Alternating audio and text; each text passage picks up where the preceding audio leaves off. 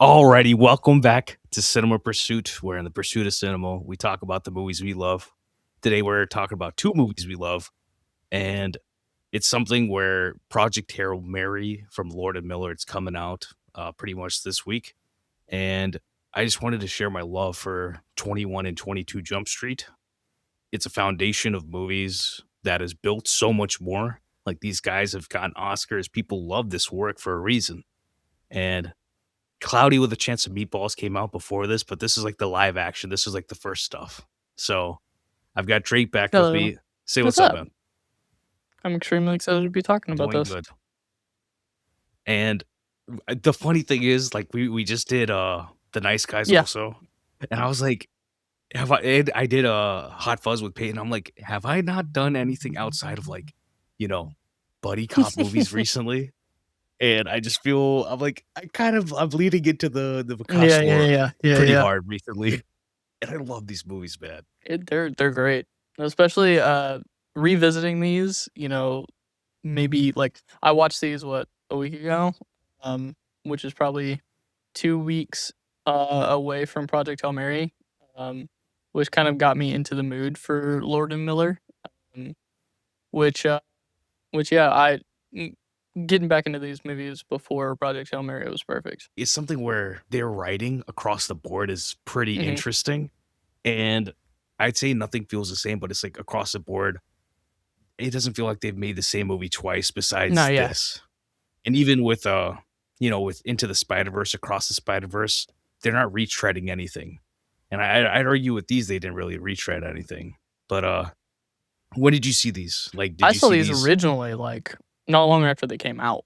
Um, I didn't see them Okay, in so theaters. not I in the don't think I saw theater. them in the theater. I just saw them, not long after they hit, like, TV and stuff, because streaming wasn't really a thing at the time that I remember. Yeah. Um, it wasn't No, no, no. as widely available as it is now.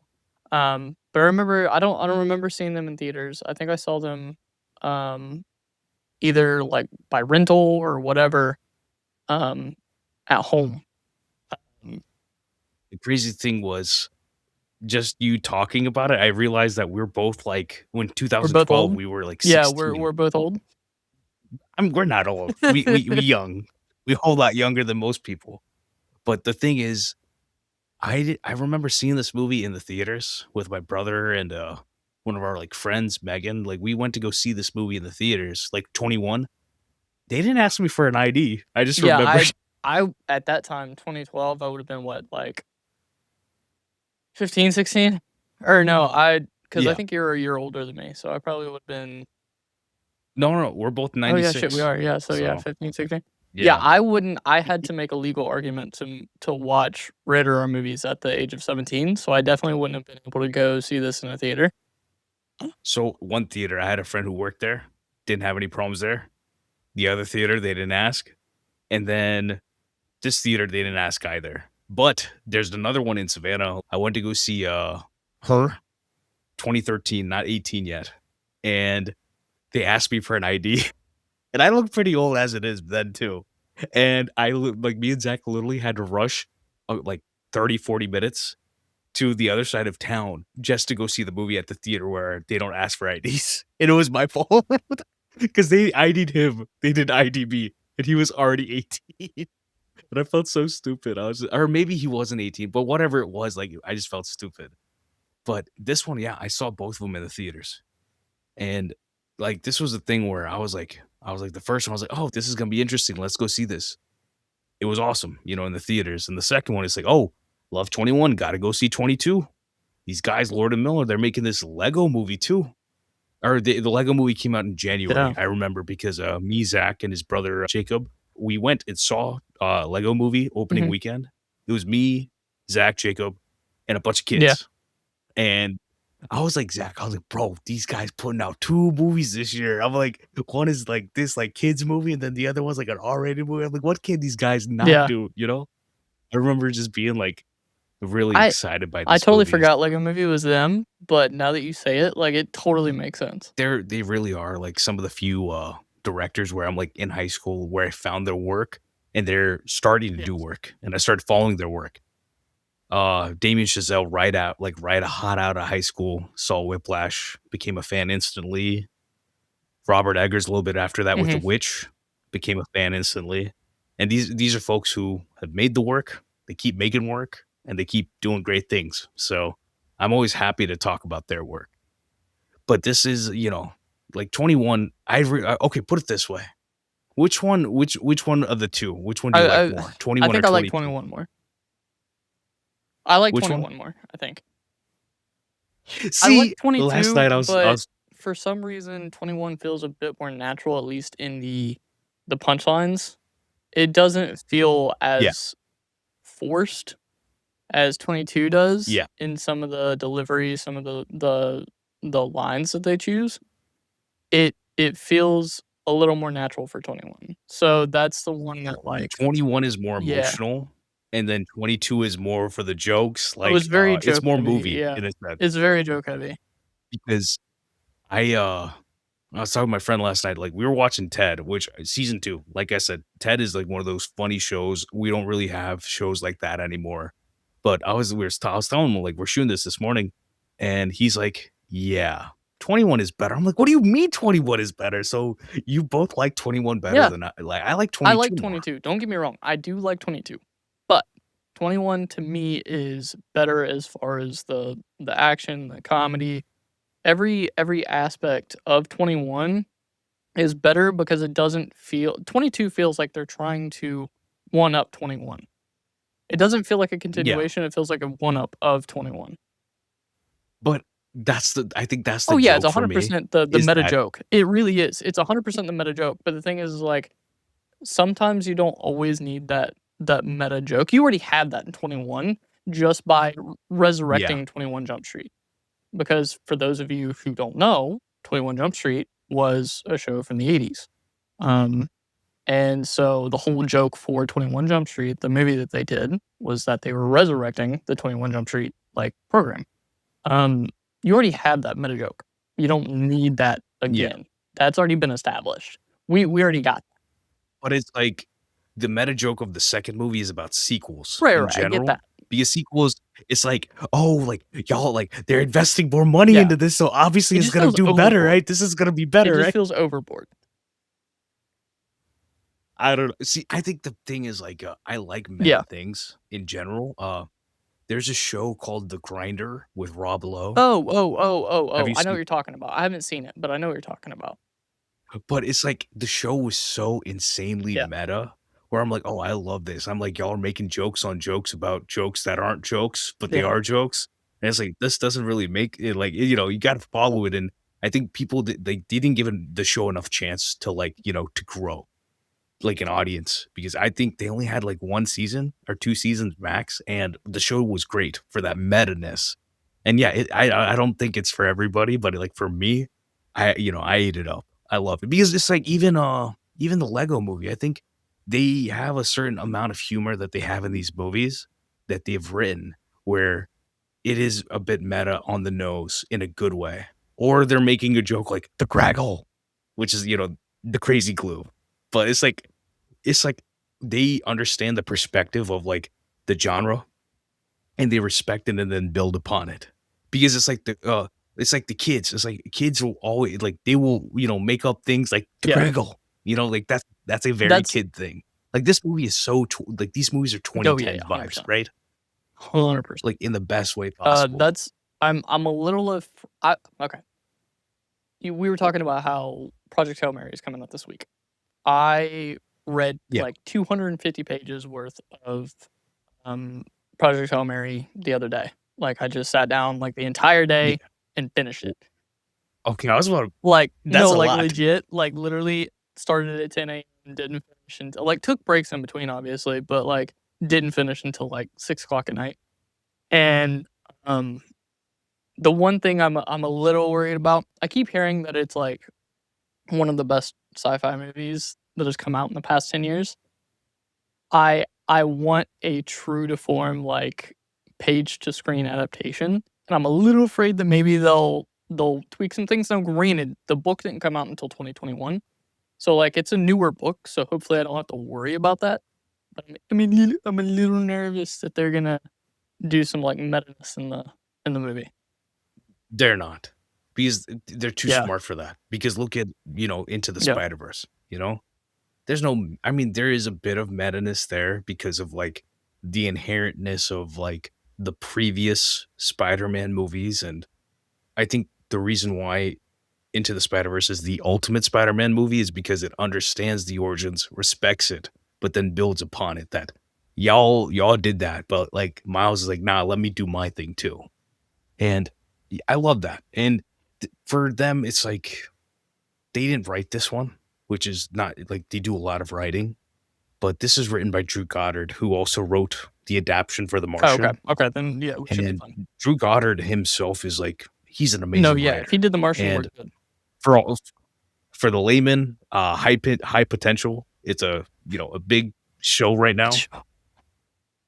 My parents love it, my aunt loves it, everybody it's a good show, and Drew even wrote that. Oh, He he wrote, did. a lot of, Daredevil season 1, like, he created High Potential. Okay. He also wrote a lot, like, season 1 of Daredevil has his hand in there a lot with the writing.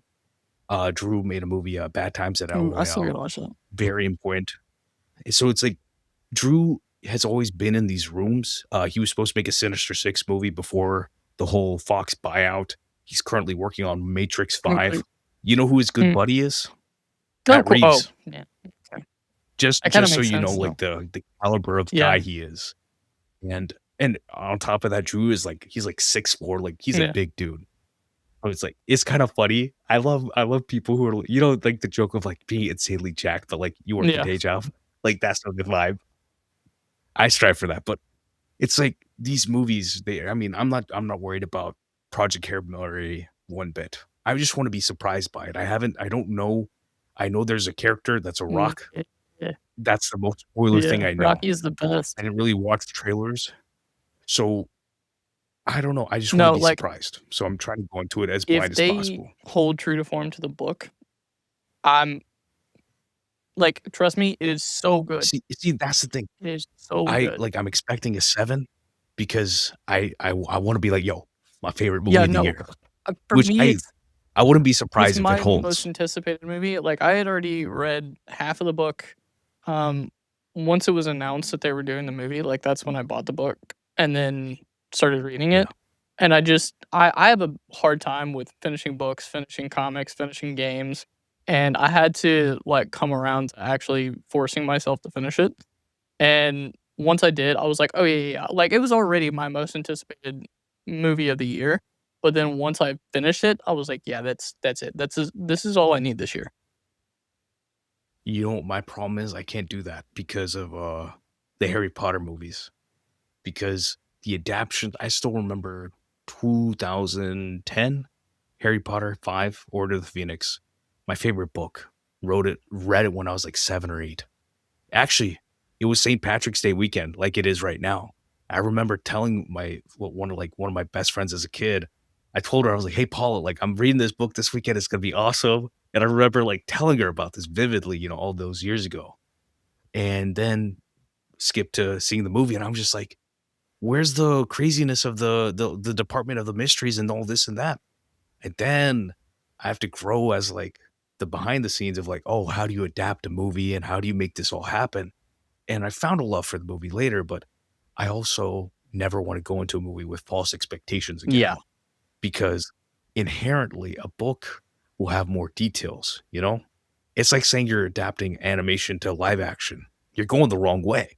So I will probably read the book afterwards because I just don't want you to should. like It's so spoil good. myself. Like I have Heat 2, but I want to watch Heat 2 from the Matt Michael Mann perspective before reading it because I think the movie has its own merit, but then the book has its merit also. The last So time I don't know. I'm the weird last time about I was it. burned by a book to movie that adaptation was Ender's Game because I loved the book. I Ooh, loved the book, and then I went and saw the movie, I and I read was it like, afterwards. I was like, "This sucks." Yeah, I went and saw it with. I think I saw it with my parents in IMAX. Ender's Game, and I still remember the left turn of like Moises Arias's character from getting just like straight up murked. I was like, whoa. I'm like, what are y'all doing? I was like, I didn't know this was that type of movie, but I'm like, I'm here for it. But yeah, it's forgettable. I can't even tell you what happens besides that in the movie. But it is what it is. I mean, that's a very 2010s like post, Harry Potter. We need adaptions of stuff sort of thing. And yeah, this will like 21, 22 Jump Street, very 2010s. Both of these movies were smash successes. The fact they haven't made another one is a crime. But the problem is they just don't make studio comedies anymore, you know? And what I mean by studio comedies, like they're making the comedies, they're putting a budget behind it. You've got a great lead, you've got a great supporting cast. There's a bunch of comedians coming to do comedian stuff. Do they always work? No. But when they hit, you have a movie like this, maybe like a Knocked Up, like something like that really like hits the culture. It's really funny, and you have a good time with it. Have you seen The Long Shot with Oh, Charlize I don't think I Theron have.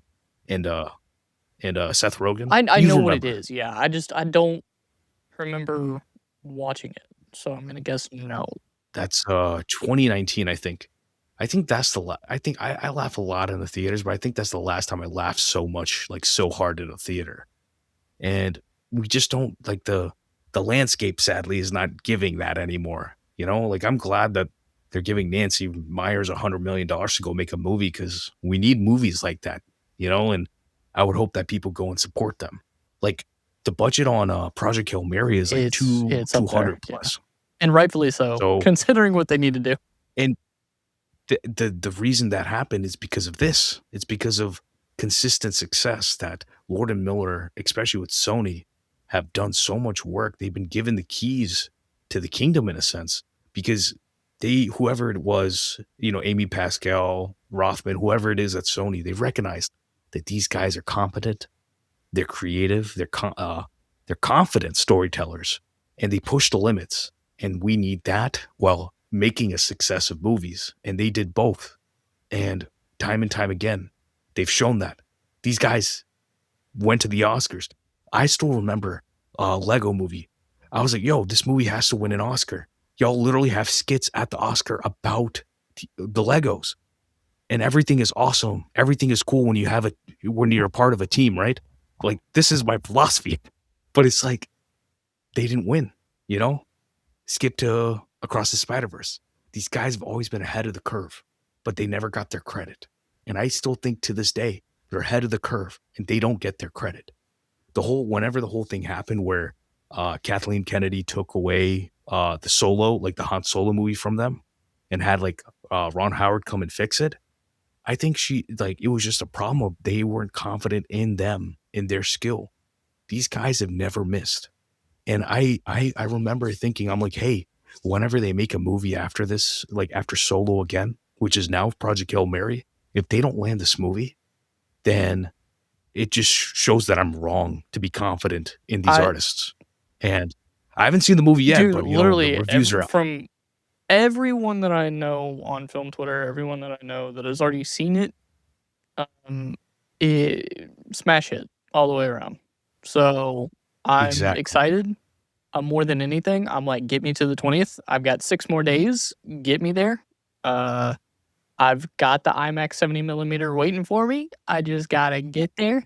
Awesome. I was hoping I could go yesterday whenever they were doing the early releases at my theater, and I could not get a ticket, which sucked. But I'm very I excited. Yeah, saw he was there Van. at I my saw theater, yeah. Van and Kale then was there. Youth Critic Pod, Yeah, he Kill was there. Smith. He was Yeah. there also. At So I'm at like, my I usual see a theater that I couple go at to Atlanta. every week, and I'm like, "You Yep. guys got to go and I couldn't go. Like I hate you." you have to wait a little. I think that's the thing.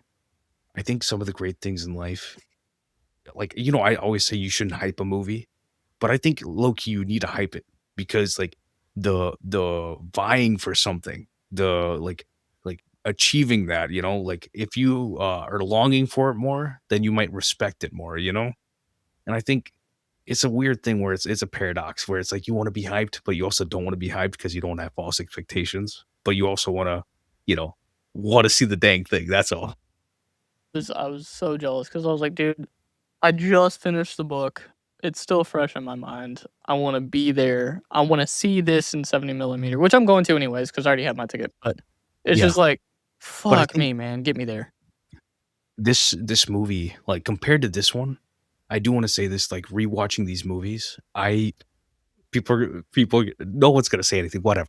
This is Tony Scott level filmmaking to me in comedy, where it's like every single intention of writing, directing, acting, sound editing, production design, everything put together is just bombastic, intense work, you know? And I think people aren't gonna realize that fully till they see Project Hail Mary. Because I could say, Into the Spider-Verse, which, has shifted everything, genre-wise, animation-wise, all this stuff. But I think they'll realize it more with Project Hail Mary because this is the next live action movie, which is crazy to say, you know? But I think these guys, they don't get their credit for that. That, you like these movies they didn't need to be a success. 21 Jump Street does not have to have like smart Yeah, comedy, but yeah. it does. They did everything that they weren't supposed to do. And that's kind of their thing. I always look at these guys and say that they make bad ideas into great movies. And you're saying you're reviving a show from the 70s as a movie?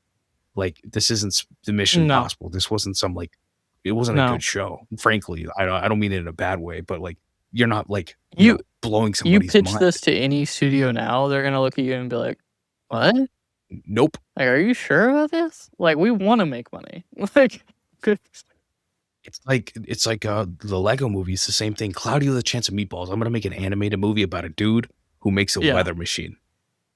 And I'm like, By the way, that movie is it's those movies still are great. funny. Yeah. Oh, I was, going I don't know, I was on Facebook in my memories or something, and, it was, like, 2014, and it was, like, graduation photos or something, and I, like, pasted the link to the cop. He's, like, crying, he's like, "Get back in there!" It's like, get the tear back in his eyes or whatever.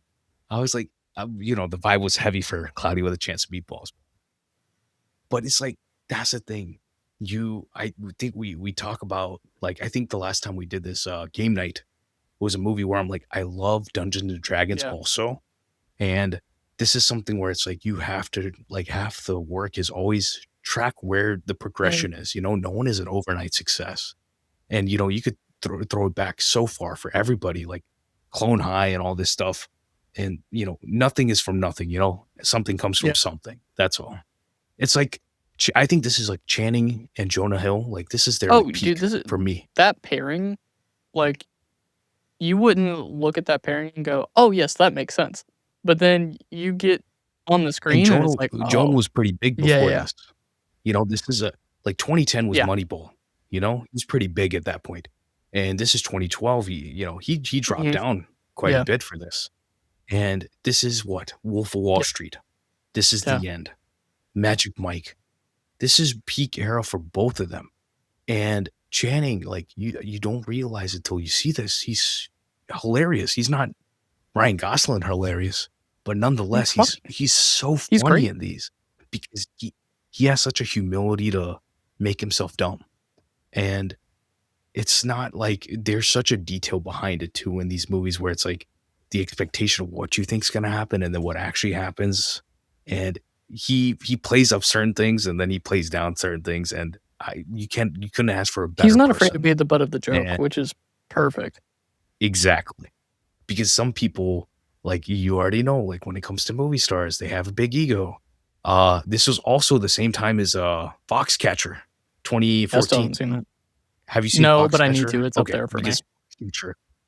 So it's like, 2014, great year for him because he's doing the dramatic, crazy he's got, like, the nipples of, like, baby bottles.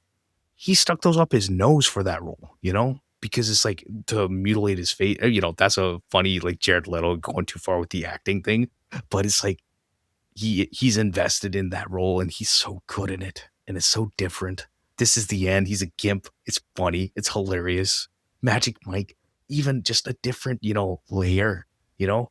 And Jonah, same thing. Moneyball, Wolf of Wall Street, this. Even now he's directing. There's so many layers to these guys.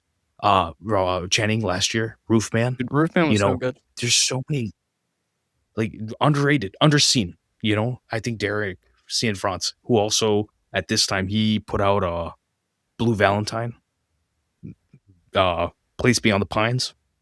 This is peak in my era of like growing up with the movies and like I'm watching everything, trying to eat it up, trying to learn. So I really do hold this like a lot of value to these movies. Okay. Action is the juice. The most juice scenes of 21 and 22 Jump Street. We just Jump Streeted. Maybe 23 Jump Streeting soon. I forgot. But what are your what's the juice for the Jump Streets? So for me, it was very much that at least in 21, the most impactful kind of part for me was the very end of like getting to that final scene of all the Jump Street, the original, some of the OG guys, not all of them were obviously there, but some of the OG guys from the Jump Street show, like showing up and being like, "Yo, we've been here the whole time." Um, because they were like in But the entire movie. you realize the Yeah, joke, right? At the beginning, he's like, "If he is this, then I'm DEA." I was like, "Wait, it's like, oh, oh yeah, no, yeah. So once that happened, I was like, oh, okay, this is dope because I didn't really know much about 21 Jump Street as far as the show goes until later. I didn't It either." wasn't until way after I originally saw the movie that I knew what 21 Jump Street, the show, was. And so whenever I rewatched it again, not necessarily this time, but, you know, once I figured that out, that was when it was, like, all clicked for me, and I was like, "Oh, yeah, fuck yeah, like, that's perfect." Um, so having that was awesome. I know that's kind of the whole point of the movie is to make that joke at the very end, um, because it's literally all leading up to that, and that was when it was for me, was like, cool, it landed the plane because I was hoping it would land the plane and eventually did. It was fantastic. Because that's the problem. I think a lot of so I think someone was talking about how a lot of movies nowadays they land the first act, maybe the second, but they don't land that third Yeah, act, and that's where the problems become. And that's because usually nowadays they kind of have to rewrite the beginning of the yeah, movie a lot, you know? Because you can put into place, you know, like these things that need to happen, and then afterwards you'll have the character do this, there's this, and then this will be the catharsis, this, that, and the other. You can pretty intelligize it pretty well, pretty fast. But that's the problem, right? That you're not pushing it. In this movie, they're pushing they're really pushing it. And even though it's like, oh, you see, you know, if you watch the movie again, oh, Rob Riggle's character, the teacher, he's eating Doritos from the first time you see him, right? All these things are there. They're planted. The details are there. In the second movie, they're like, "Oh yeah, like we did the we she paid us with a bunch of Wi-Fi, yeah, you know, to do yeah, her homework." And they don't even listen to we listen to it, but they don't listen to it for another yeah. 30 minutes. They're like, "Oh yeah, she It's was like the the dealer," dramatic you know? irony of it all. Yeah, Exactly. Bro, dramatic irony. That's like a 5-letter word for what do you call it for yeah, AP Lit or AP yeah. Lang? See, but that's the thing. I think you need that education. You need to know what a simile, a metaphor, you know, all these things are because then you understand all of the illusions. You need to understand all these literary items because they exist in our world. And to say something is metaphorical or ironic, you should know the difference between the two, Trust me, a right? lot of people don't.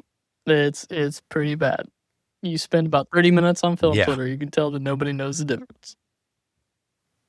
Because I mean, it's a depth. I have so much. I feel like I feel so stupid at times where I'm like, oh yeah, like they were really teaching us something special back then, and I hope they're teaching it even Clearly. more now because more than ever, kids need it because you need to be aware of the culture. Whether it's like if you're just watching TikTok, you still need to know what's going on. You know, I prefer you watch the movies, but like still, you need to know.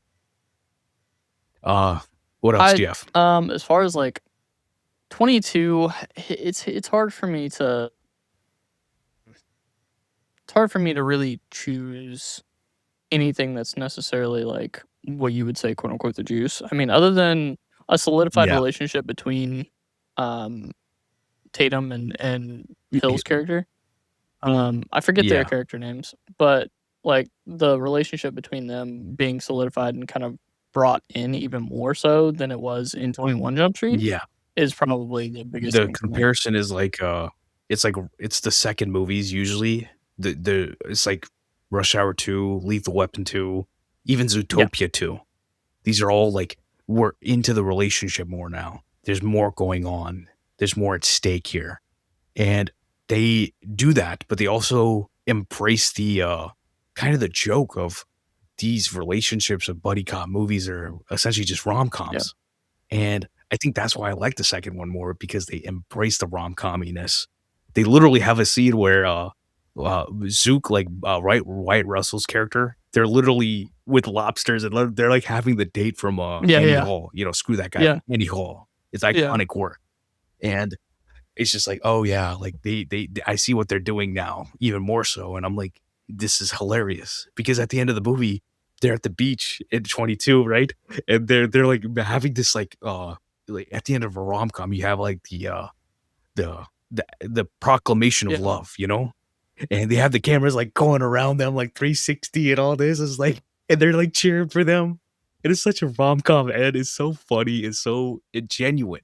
They see that's the thing my juice for these movies is the fact number one is that the opening of the first movie, 5 minutes, they set you up with all the the stuff the tropey stuff, and then they drop you into like, oh yeah, police work kind of Yeah, sucks, and they start to hit you with all the subversions because these movies what they do is they have the expectations. If you watch these sorts of movies, you know what's going to happen, and then sometimes they deliver on that, but other times they subvert the genre, they subvert story, they subvert the comedy, and they just make it layered wherever they can.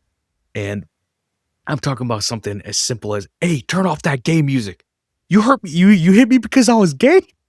But it's like that's the funny thing where it's like you obviously have a character who's backwards, and then the standard of today is different, and then he happens to be gay, and it's like the whole situation is funny. The dynamic is funny as to how they're actually doing it rather than what you might expect it to be. So it makes the movies much more interesting than you'd expect 100%. them to be.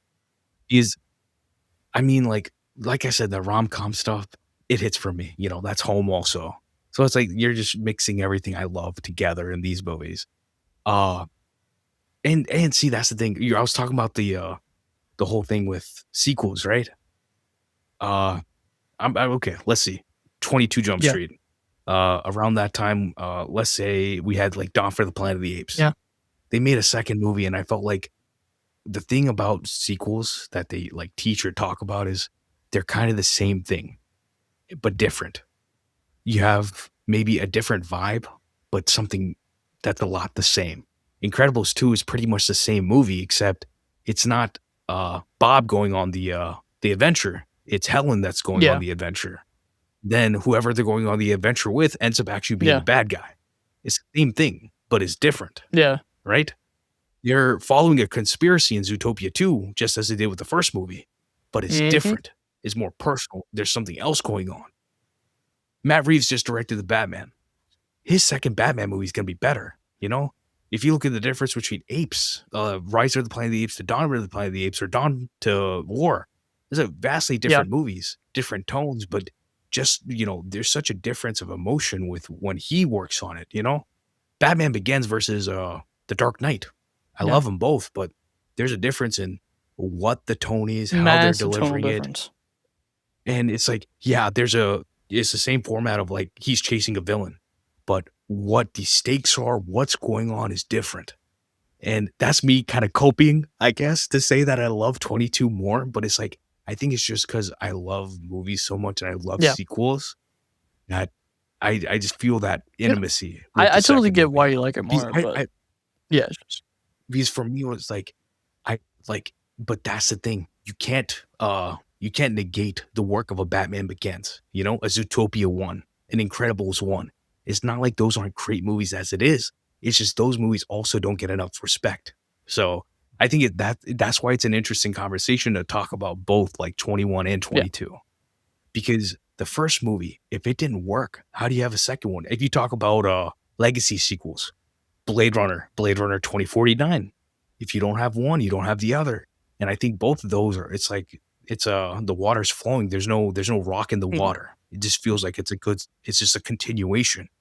And people don't I mean, like, yeah, we live in a obviously movies are supposed to be they're money machines. You know, they need to make money and these movies made money. They made another one and it made money. And you want to continue these stories on the big screen. You know, I don't want to watch. What do you think? You think if they made a show about 21 Jump Street again, would you I mean, I watch it? probably would watch it in the beginning just to say that I watched it, just to see where it goes, just out of curiosity. Yeah. Whether or not it would depend on who's doing it, who's in it. Like, I don't really care about the directing of TV shows because that changes at the drop of a hat. Um, It but yeah. depends because it's like we're going to talk about it soon with Beasts of No Nation. Beasts of No True Detective season 1 was directed by one director, Cary Fukunaga. And that was kind of the first time that kind of happened. And you kind of have like a director doing all the work there. But then you compare that to Breaking Bad. You have directors come in, they do great work, but it's ultimately Vince Gilligan, the showrunner, who's looking at the edits, cutting everything down. It's his edit ultimately, you know? And he's the one who set up the style, you know, the visual style of that show. You have to have they literally whenever you go to direct a show, usually you have a list of things you have to do, or this is the wheel box, the sandbox you have to be within. You were talking about high potential, right? If you have high potential, how do you direct Yeah. that, right? They have a certain visual style to that show. They have certain jokes that they do. So it's like you have responsibility on both ends with that. It's not just you have creative freedom. So, and that's the same thing kind of with sequels, Yeah, isn't it? it is. That sometimes you do have to do the same thing, but sometimes you can zig, you can zag. And it's interesting, man. It really is. I there's not very many sequels out there that I'm like, "Oh, yeah, I'm fond of." But I am, like, fond Yeah. of 22. Like, I do like 22. Yeah. I feel like it was a good continuation. It's just that it felt heavier on the meta-ness than the first Yeah. bit. They leaned in A on little the too much, comedy. in my opinion. And it's like even the emotion of the story, it works, but it's also disingenuous. And I you can tell. But I think but that was their whole point of it, right? So it's like, we don't agree with it in a s you I think, the audience didn't necessarily agree with it, but it's like they still had a good time with it, you know?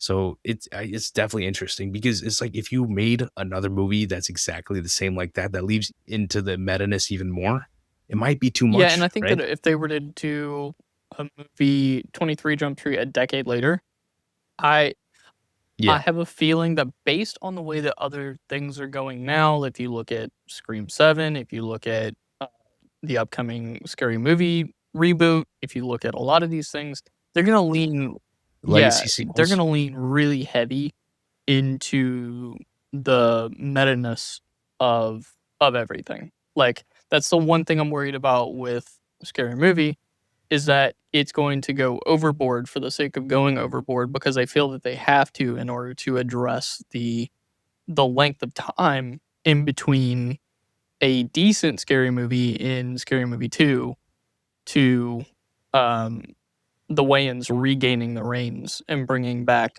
the Yeah. original feel of Scary Movie. But see, that's the thing though. I think I'm not gonna lie. Scary Movie 6 might be my most hyped Oh, movie like, I'm this year. excited for it, don't get me wrong, but Because it's like the problem is that people need to understand the depth of what the Wayans did. You need to understand the depth of what Wes Craven did. And I think Scream 5, I haven't seen 6. I'm not gonna watch 7. But these movies, they understand it to an extent. Like 5 had the yeah, meta-ness there. They were doing a yeah. good job with it. But I think people didn't like it Yeah, enough. Scream They 5 liked it, wasn't but I think they didn't respect great. it enough. Scream 6 is decent. I liked the ending of Scream 6 more than I did of, like, 4 and 5. Um, and Scream 7 is just yeah, I'm not gonna say too much, but, We don't talk about Bruno. yeah, like, it's just not great. I prefer Melissa Barrera if the people Yeah, know yeah, what I'm yeah. talking No, about. like, it's not great. But yeah, like, I'm excited for Scary Movie 6, but if they were to bring back 22, like the Jump Street movies, and do a 23 Jump Street, Yeah. which, by the way, I would be there. I'm just gonna let it be known now. I would be there. So I'll I'll tell you what they said. Uh 23 Jump Street is on the board because for people who Oh, don't know, they were supposed to make an Men in Black 23, MIB 23. They were supposed to make a crossover between Men in Black okay, and dude, 21 Jump don't. Street. Sounds like heaven for me, honestly. No. Okay, I'm gonna put one foot I down. I thought it would have been It fun. would have been if they were to do like a I little. mean, no, I mean, it wouldn't have been Tommy and Will. They No, but wouldn't have even been then, there. like I want a separation of worlds. I do. Okay. But like if they were to Bro, you remember what they did with Rise of the Beast with Transformers? They're putting that's my point. Okay. Um G.I. Joe no, yeah, no. Transformers. If they were to do like a little skit to basically advertise that they're bringing back Jump Street, cool, dope, sick, Yeah. fun. But if they were to do a movie like that, just do No. like a little skit, little fun advertisement to bring those two worlds together just to advertise that you're bringing the Jump Street movies back. I'm cool with that. Don't make it into a movie as part of the movie for 23. Yeah. I want I something will decent say, for 23. did you watch the Men in Black Yeah, I International? did. It was kind of to me, it was like, meh. Do you remember any of it? That's the thing, it was rather forgettable. Like, And it's directed by F. Gary Gray. Great director. Doesn't really get a lot of great scripts in his hand, but recently at least. And I think that's the problem, right? They lost the emotion, the track of 1, 2, and 3. Even though, and it's like, I don't know, people don't give Men in Black 2 enough love, in my opinion, but they're still good movies, you know? And that's the problem. Like 23 Jump Street is still on the board. Lord Miller, Jonah, Channing, they're all on board. It's just Neil Moritz, who's the producer, who also produced Fast and Furious. He has a hand in it too, into the success, and he is not lowering his producer fees. So the so movie that's just why. costs too much to That's make why it's right now. in Idle. They have a script. It's a great script. It's ready to But just go. get Even Jonah over wants to do yourself. it. Even though Jonah's on his his vibes, he even wants to do the movie. But it's just At one at person that can point, you drag just down gotta a get rope. over yourself for the betterment of bringing the thing out. Like, stop being Because I so will say ego driven. that's true. You're right. You sounded like me. But the problem is that what do you think about the success of this today?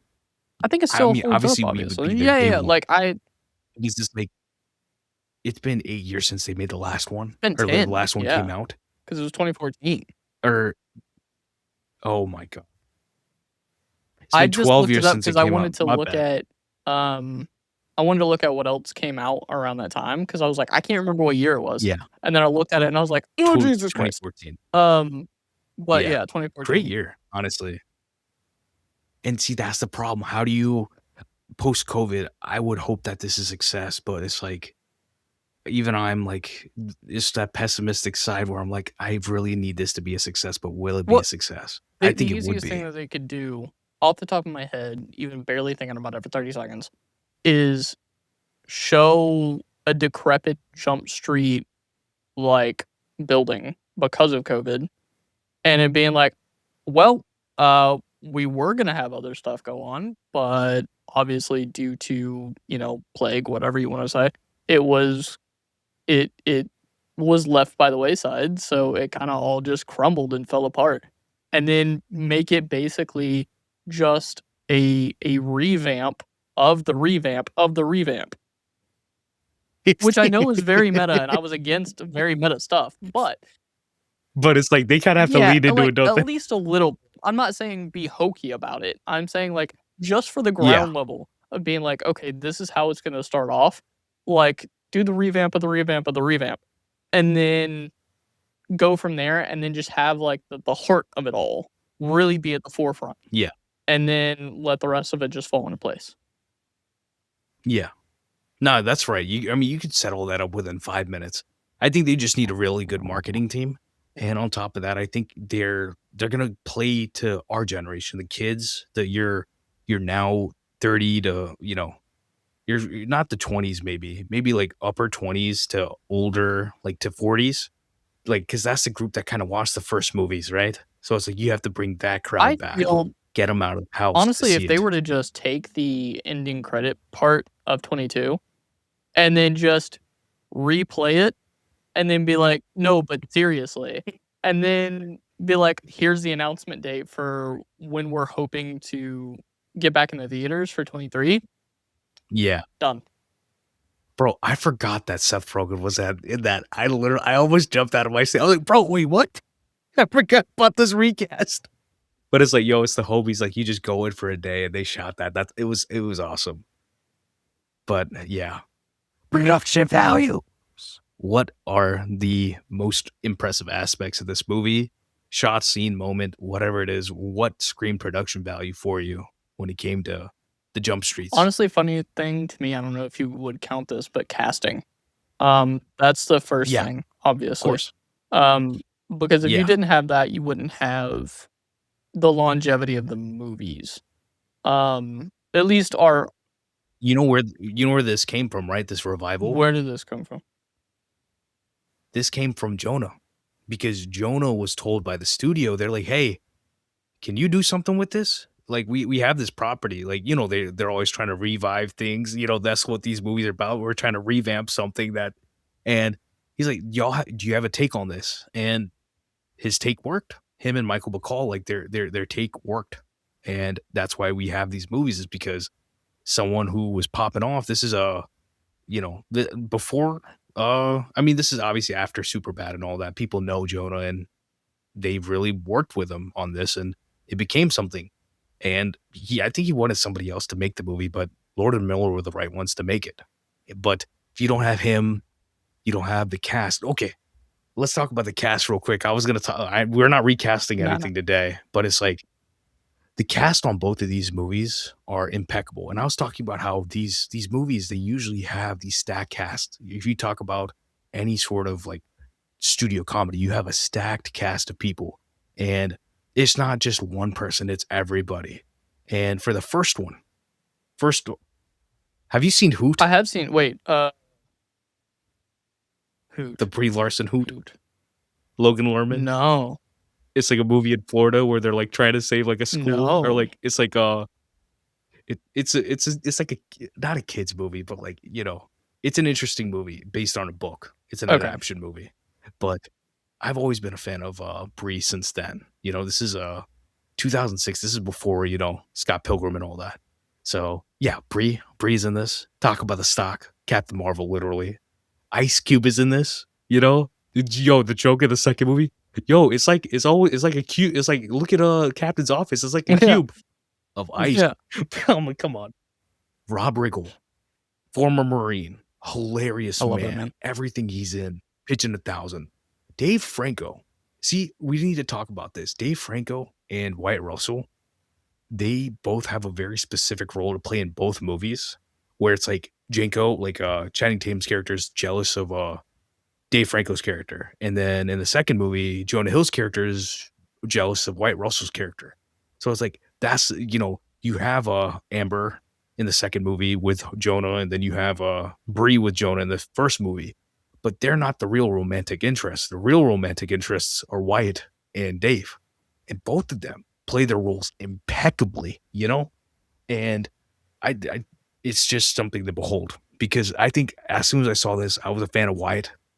He was in the playtest episode for Black Mirror with Danny Trachtenberg. For that episode, I've never watched Black Mirror since because it really messed with me because it was a really horrifying episode.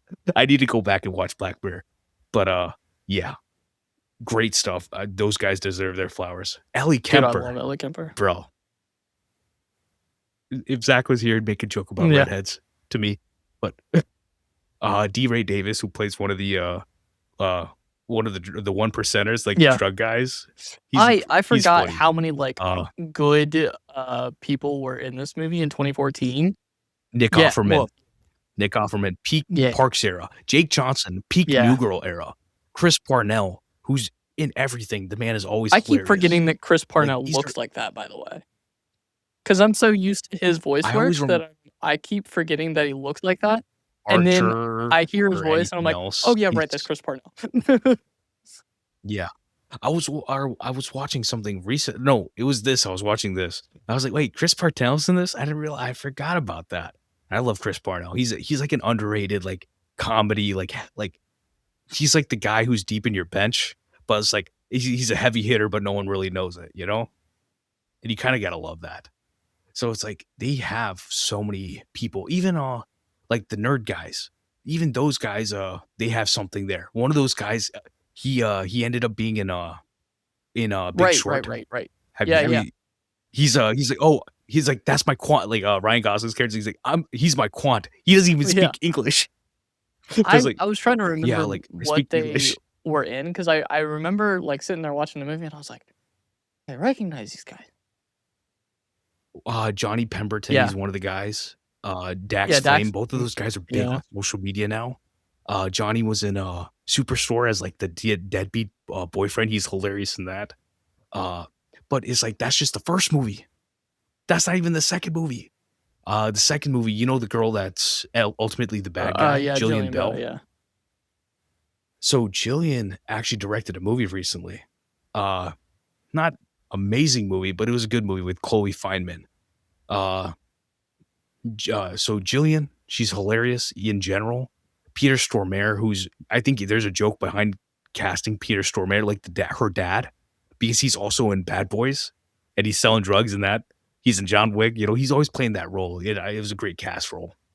Amber Stevens West, who plays Maya, like the captain's daughter. Right, yeah. She's in the Carmichael show. She's in other stuff now, but you know, I don't think she got her credit. Like she's hilarious when she Yeah. can be. Uh Listen to this. The Lucas brothers, the twins, Right, right. Yeah, they're in a the bunch of Yang brothers, stuff too. they or yeah, I'll recommend a movie at the end of theirs. Jimmy Yeah, I love Tatro, Jimmy. who plays Yeah. Rooster, like I was watching on YouTube. His fiance is Zoe Deutsch, actually. Uh the dude who plays their dad is the dad from Stranger Things. Oh, yeah. Yeah, I don't know if you watched Brooklyn of course. Nine-Nine, but Captain Holt's husband is the Yeah, he's in psychologist. fucking everything. I love And him. he's in Oh, so yeah, he's in many everything. things. Same thing, like Chris Parnell, heavy hitter, you know? You just don't realize it. And that's a lot. See, that's the thing. When you talk about a cast, usually you might have 5 names. I'd argue you got Like so many 30 names in here, this you know? fucking in this 21 and 22 Jump Street that you're looking at, you're like, "I know him, I know him, I know him, I know them, I know her, I know them." I'm like, "Damn, bro. Like, what Exactly. well did you guys fucking dive into?" But the thing is it's 2012 and 2014. Like, it's But crazy. also compared to like I wouldn't compare it to Oppenheimer necessarily. Because Oppenheimer is also such a stacked cast, but these casts never outweigh the Well, story, that right? the difference between Oppenheimer and the 22 and 21 and 22 Jump Street movies is that the cast that they got for Oppenheimer, they're all in their fucking prime. These 21 and 22 is before they were what they are now. Josh Peck is in his prime? I mean, yeah. I'm No, sorry. like, I Josh just had to Peck, make the like, joke. okay, we cannot sit here I and do do love some him. Drake and Josh erasure here. We're not doing that shit. No, I'm saying he's not at his peak now, but I'd argue he Like, is at a he's peak. getting he's, like, reinventing himself at this point. But, like, everybody in the 21 and 22 Jump Street movies, they were, at that time, not known to be what they are today. It is because we are Nope. revisiting these movies, so we're sitting there going, "Oh, fuck, you're in this, you're in this, you're Oh, in this, you're in this, you're in exactly. this."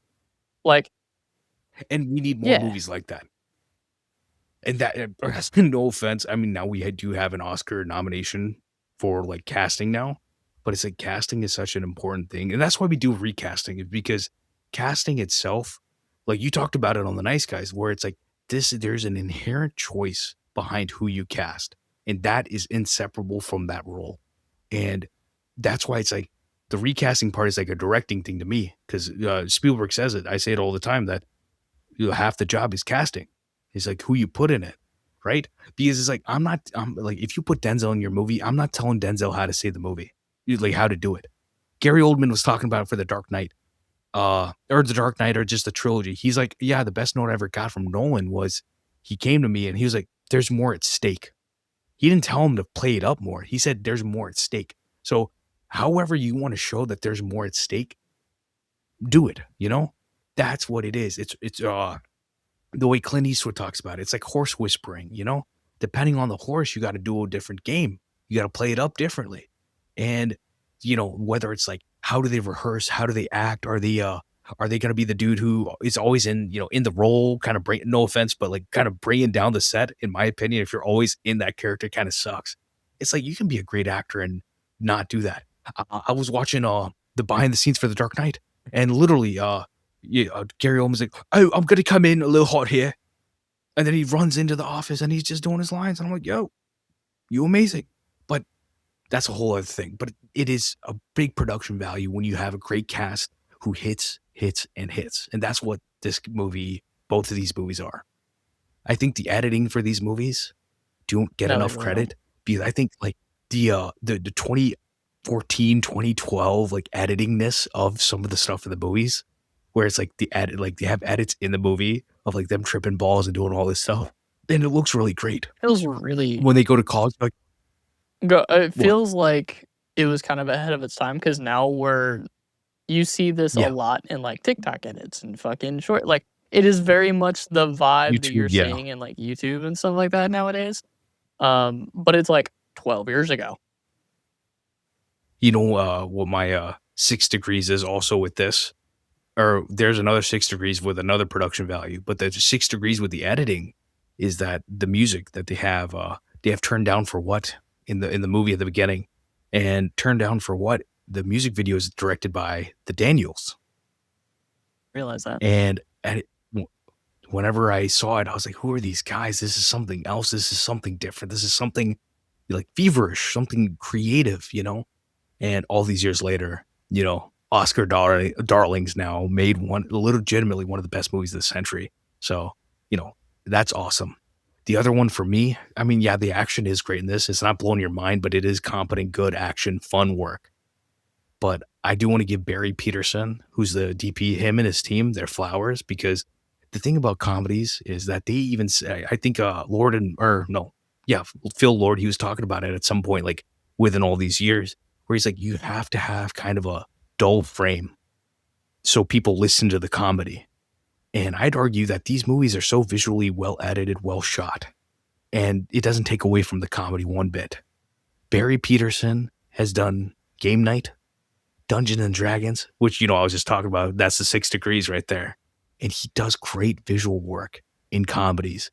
And he knows what he's doing. Like him, Brandon Trost, who directed American Pickle, but he shot a lot of the Seth Rogen comedies and all that. Like there's certain people who know what they're doing. Uh, you've seen The Studio, obviously, right? Adam Newport Barra just won for the ASC for that. So one battle after another won the big award, and then the studio won the Yeah. other big award. And the work that they do even on that is insanely great, right? They're shooting 30. It feels like they're shooting 35 when they're shooting digital. And I mean that in a great way. So we need great visuals in comedies too, and they found a way to do it. And you were talking about it. We already talked about the production value of the writing. Writing is insane here, just as the casting is. And these movies, you don't have to go so hard, but they Yeah, did, right? And I think that's the thing. You need to try hard. you You do. really do. Eh, No matter, even see people say, "Oh, it's just another horror movie." No, horror movies take so much effort. It's not easy. Comedy movies are so hard to make. You can't say that this is, out of the gate easy, because it's like you can get into an edit and a joke just doesn't land. What are you supposed to do then, right? Can you edit it? You have to cut it out. What are you gonna do, right? Because sometimes a joke just doesn't land, right? Luckily, the writing is so that the jokes do land. Um, Oh yeah, that, like, they don't feel entirely too at least in 21, they don't feel entirely too heavy-handed. 22 yeah. 22 they do, 21 they don't, 22 they kinda do. Um, but They do. They really do, because it's like they're going like they're like, "Yo, like we're doing this again." we have this money, and but they also have all the other I'll get into some of the dialogues with it because it's like the dialogue in these movies is hilarious. Like some of the old jokes. There's a lot of old jokes in this. Even though Jillian Bell is like 5 years younger than Jonah, she's like, you're like 40. Like, have you taken your like? It's like lunchtime. It's like noon or whatever. She's roasting the crap out of this man. Uh, the iconic. My name's Jeff. Yeah. Bitch. Well, that has stayed My around for name's Jeff. fucking 10 years and hasn't It's it's still still around. around to this day. It's still And around. half the people don't know But it's where it comes from. where but that's the thing, like, you have I think comedy is the ultimate, like, thing where it's like, you can push it to the brink, to failure, and you should do that with drama, with anything in general, but, like, you should throw the jokes out there like that, where it's just like, "Bro, how like, is that really gonna land?" And it's like I think it's just as funny, him in the car right before it's like, I need complete silence while I fall into character. I need complete silence while I fall into character. And I remember in the theater, I was laughing my behind off, you know? And it's like you have all the tropes, right? The black captain, they embrace the comedy of it, you know? Because throw it back to like Beverly Hills Cop, you have the comedy there with the black captain, but this is the same comedy but different. Uh all the whatever, the sequel stuff, like infantry the dealer, find the supplier. Infantry the dealer, find the supplier. It's the same as last time. But it's like it's all very smart, you know? Like I don't know who thought of it that they need to have it in a church. It might have just been that they were at a church and like or whatever they're using the church as a set in New Orleans when they shot Yeah. the first one. And they're just writing random lines for Like, Korean yeah, Jesus. yeah. I think they didn't they in 21 it's been a couple weeks since I watched, but didn't they also kind of pan over to the place that we're in now Yeah, in 21 to show in 22 22. Jump Street? They did in Yeah, okay. 22 where they showed 1, they showed 21, they showed 22, and then they showed 23 building condos Yeah. across the street. I couldn't remember which one it was, but yeah. But it's all funny, man. It's like Vietnamese Jesus is dripping swag. Like it's like Korean Jesus ain't got time for your problems. At the end of the second movie, something cool. It's like, what do you say? I said something Yeah. cool. It's like you know the whole thing between you and me in Rush Hour 3.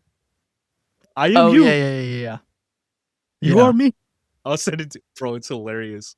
But it's like that's the thing. You want funny moments like that. I think these movies they have it in there, man. Where it's like there are the meta things, but there are also like the joke jokes. It's like oh, I thought we had Kate Blanchett. You mean we had Kate like carte blanche, Yeah. bro? Me and Zach still make the Kate Were they Blanchett joke to this supposed to day. have Cate Blanchett? She was supposed to be in a cameo at the end of the movie, but she was busy with like That 3 other bitch sick. movies. How to Train Your Dragon 2, Monuments Men, Yeah, she was great maybe in Blue Monuments Men. Jasmine.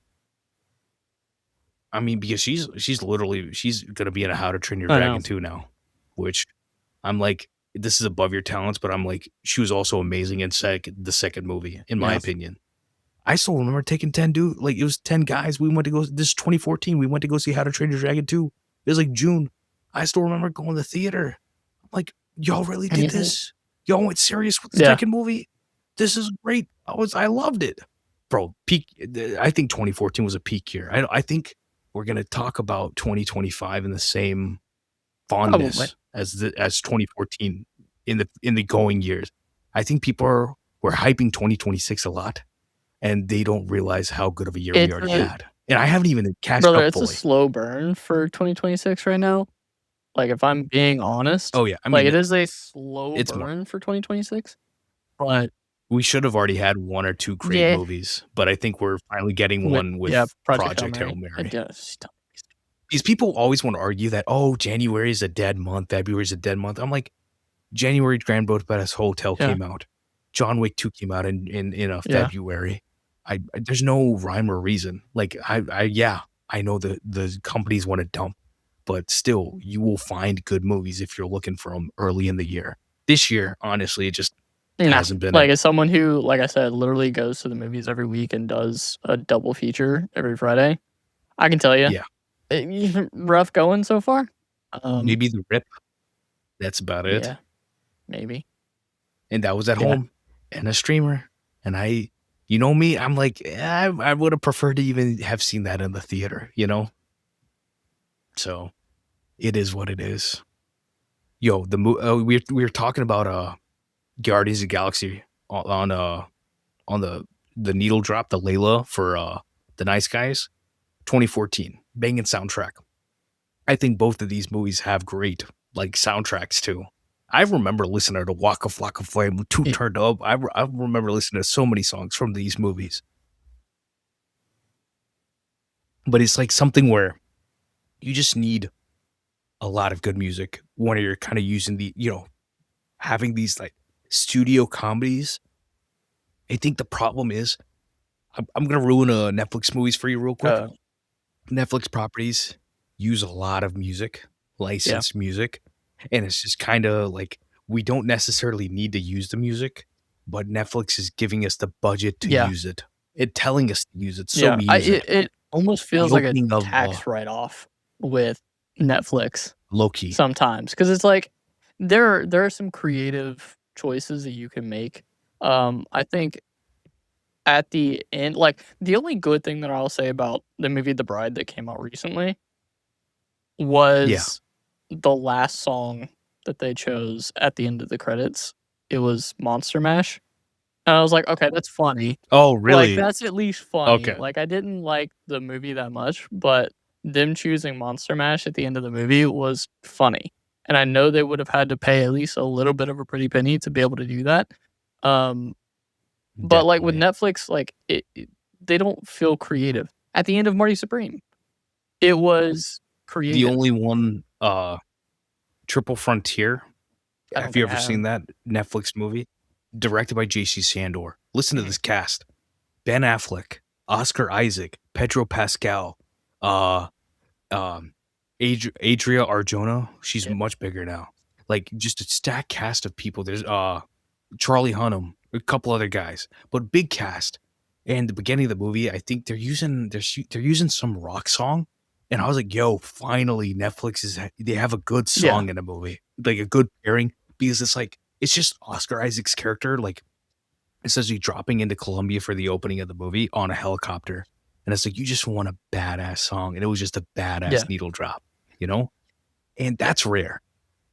You'll be watching another Netflix movie and be like, "Yeah, like why did you need this?" You know? Because I do believe in my heart that you need songs that support Well, your yeah, that's why story, you need a right? good music You supervisor. you talk about Guardians of the Galaxy, your supervisor is James Gunn, you know? And literally, the movie opens up and it's dark and it's dour and it's all this, and then he plugs in the Walkman and it's like, "Come and get your love, come and get your love." It's like, whoa, what is the tone of this movie, right? He meets you with the tone automatically. He goes to grab the orb and he kind of drops it. You get the comedy, you get everything within the first 5 minutes. It's a good lesson about movies. 21, 22 Jump Street, they set their tone within the first 5 minutes so fast, so efficiently. So I love movies, and these are all tools. I feel like it's a filmmaking lesson today for me, where it's like these are all the tools. This is how we use them, and we need to have these tools used properly. So love to the music in these movies, even though it's not blowing your mind with the No, but music, it but it's fits. like this is so Yeah, 2010s it in a good fits. way. Like, everything seems to have its place. It's become a period Yeah, piece now, man. yeah. Everything seems to have its place, and it feels like it fits. It doesn't feel out of place. It's very much of the And time, which is and yeah, of it's the like, oh, I genre. always call it it's like the protein. It's like your beans. Maybe you don't want it, but you need to have it. It keeps you regular in a sense. And that's the problem. Some people, they don't realize that the regularness is a standard. Is something where if it takes up too much of your mind, then it's kind of not doing the thing it's supposed to be doing, right?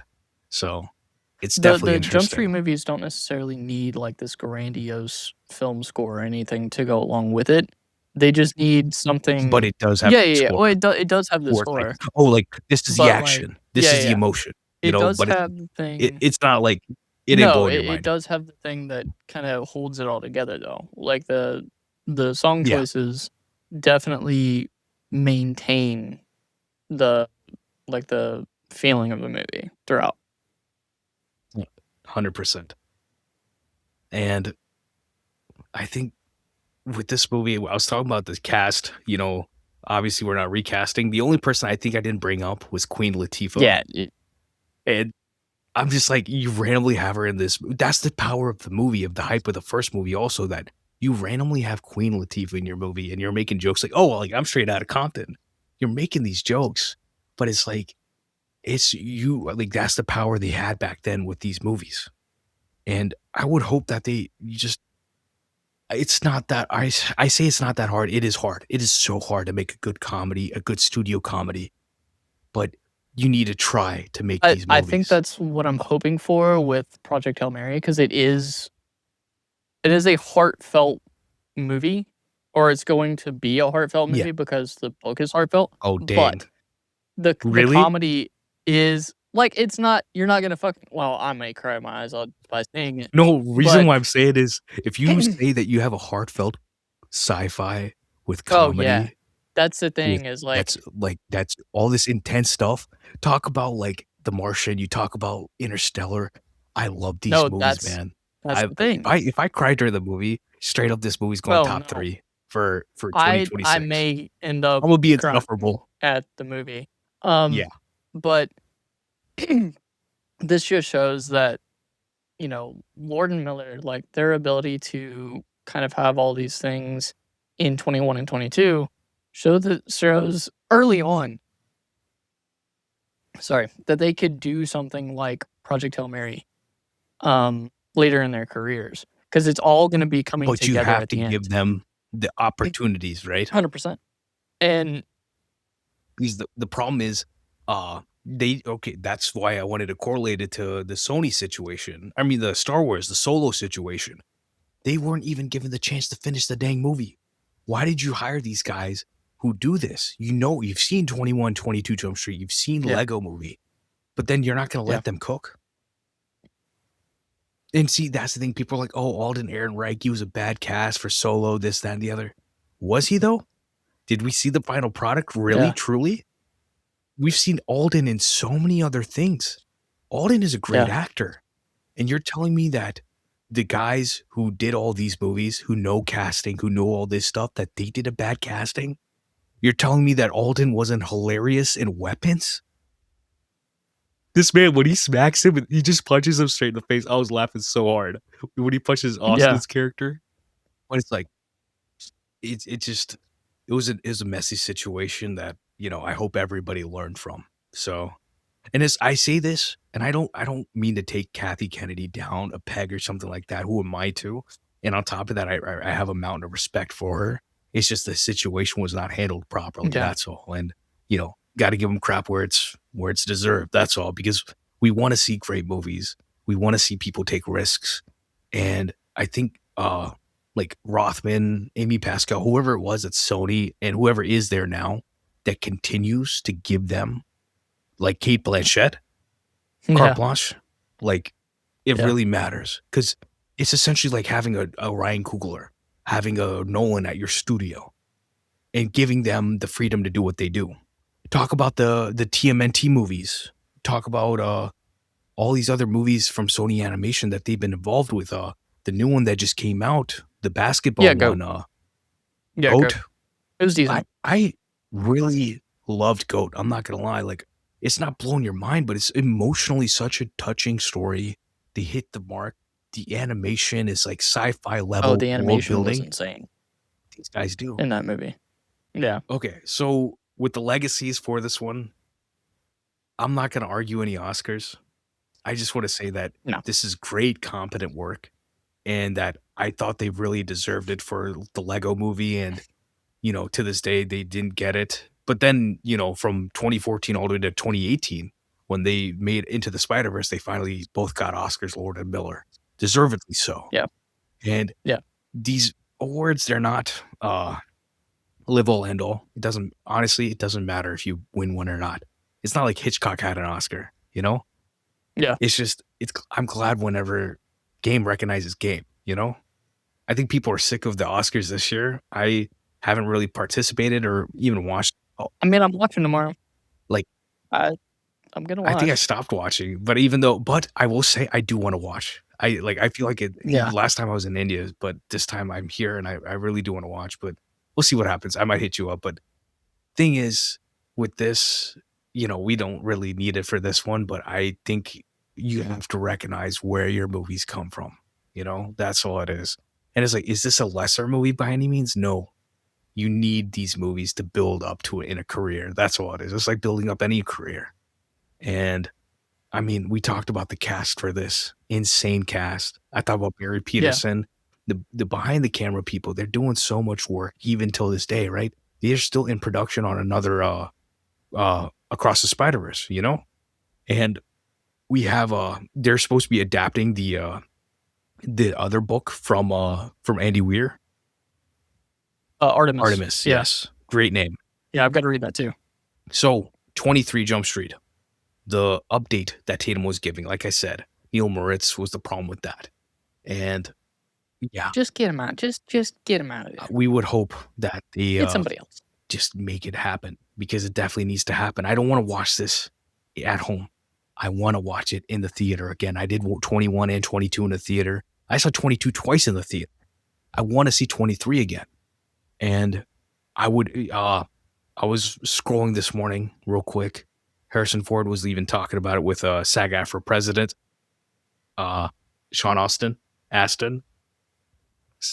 Samwise Gamgee being the president of SAG-AFTRA kind of like warms my So heart. funny. I'm just saying. But Yeah. even Harrison Ford was talking about the fact that we don't have enough brevity, enough magnitude for the theater experience, and the fact that we need a communal experience. And you know me, I believe in a communal experience for life itself, and movies are just, an extension of that, right? And I hope it happens. You have any recommendation movies, companion movies, or these movies? Oh. I came with a few, a good one. I got a good list today. I mean, the only ones. I mean, we've already talked about them on your podcast, or I talked about one of them on your podcast. I mean, The Nice Guys. Yes. We brought it up earlier. The Nice Guys is probably the best one Hot Fuzz, to put with this. Hot Fuzz would be perfect. Rush Hours. Yeah, like anything that's a buddy cop movie. The other guys what I would be realized? decent for this. The movie that I see in my head that is a companion movie to this and all these movies that we've done recently is one that hasn't been made. They Yeah. made The Heat, like the, Sandra Bullock, Melissa McCarthy movie. But I'm like, did we really make enough of these movies, buddy cop movies for women? Because I think the dynamic is No. different. I think it's just something to be done there. Well, the problem, I think, there's people like us who want the buddy cop movie. Yeah. But then there's the whiny crowd who don't want any sort of what they would call propaganda movie. See, that's the problem. I will own it. I love propaganda movies. I love them. I really. But we also, because it's not about the institution. I understand all that, but it's no, like, and they're not willing. They're not able to do the separation of.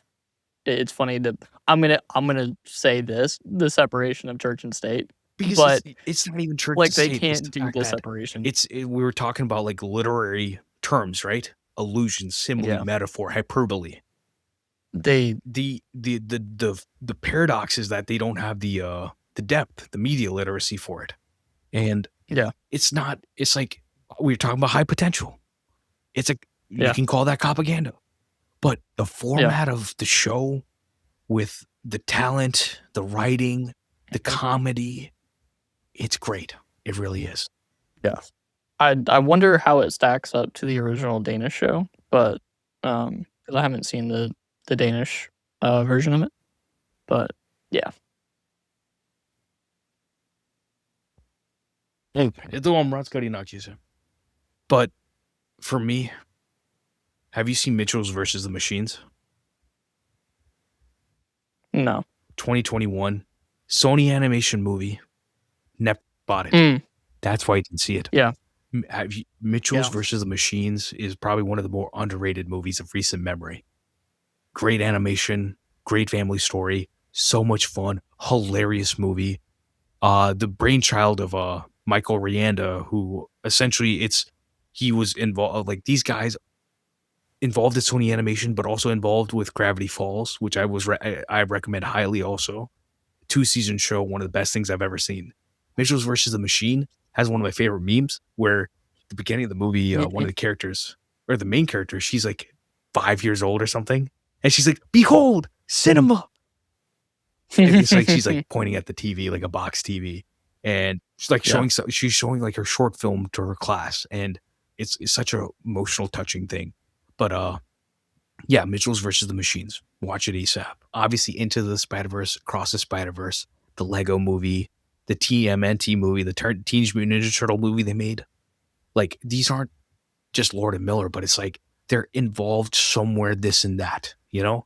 And it's like their movie, their success has given more artists freedom or the success that they need also to make these movies. So it's like one to another is like giving is like their flowers are giving flowers to others, you know, in a great way. American Vandal, Netflix. Have you seen that?